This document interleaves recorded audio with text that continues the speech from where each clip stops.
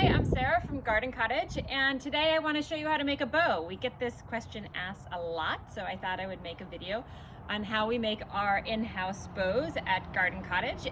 We do sell ribbon by the yard, not by the bolt, so you can come by, buy your own ribbon, and make your own bow now. So the first step is to get your wire ready first before you make your bow, so you're not fumbling with it when you're ready to tie it off. And the way that I do that is I cut a nice long piece. I know it's hard to see. And then I fold it in half. And folding it in half, you'll see later, is key. So we'll set that aside. I'm gonna put it in my back pocket here since I'm standing. And the first step is to make your tail. So depending on how much tail you want on your bow determines the length. So for this, I'm gonna do from the end of my arm to the middle where my elbow is. It's a good measure. Gives me a decent tail. And the first thing I'm gonna do is pinch the ribbon. So as you make the bow, I always tell people, you want it to look good as you go along. It doesn't instantly become good at the end. If it doesn't look good while you're doing it, probably it's not gonna look good at the end. So as you're going to make it, you wanna make sure that your turns are facing up, that the top of the ribbon is facing up. So I'm gonna pinch it and then kind of turn the ribbon. I'm gonna make my first loop. I'm gonna come around and pinch it again. Now this ribbon has a definite back side and front side to it. So I wanna make sure with every turn and every pinch that the front side is facing up, that it's flat, that it's not getting bunched. So I'm working the ribbon, making sure it's smooth after I've pinched it. And then I'm gonna come around and I'm gonna make another loop.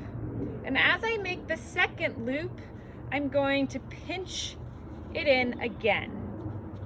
Being aware of how it looks, that it makes a nice bow just like that. My loops are even to each other in size. And then again, we're gonna make another one the same size as that first loop, kind of match it. Make sure I've got it to be the right size. If you need to adjust what your loop size is to match. And again, making sure that it looks nice, there's no creases or bunches. That's the finesse to it, is making sure that it continues to look good as you pinch it in the middle there. So now that I have 4 even loops, I'm gonna kind of come in and fill the center section. So I'm going to pull this ribbon in and I'm gonna make 2 smaller loops in the center. They're gonna be about half the size as the first 2 loops. So we're gonna make one about that size, and then one more.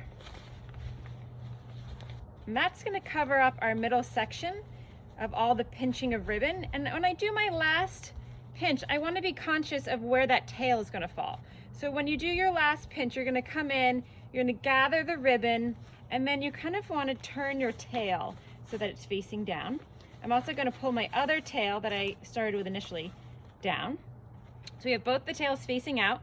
And now you'll be happy you have your wire ready and folded. We're gonna take that folded piece there and we're gonna run it through the back of the bow. So it's gonna come around there. We're gonna take the 2 ends and we're gonna stick it through the hole from the crease. And we're gonna pull it nice and snug. So once we have it snug, we're gonna take our 2 ends and split them again. This ensures that your bow won't untighten from the middle.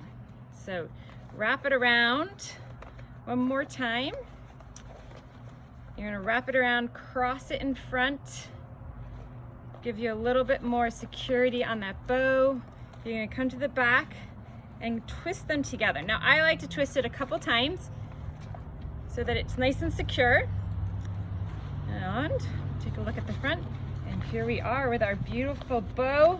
Not too hard to make. And the last detail is to cut the tail. So we're gonna make sure that it's even with the second one. Got my scissors here.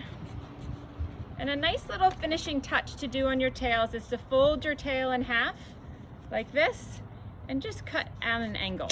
That gives you just a nice pretty finish to the end of the ribbon. Get a little more finishing touch. And we have our fantastic, easy Christmas bow.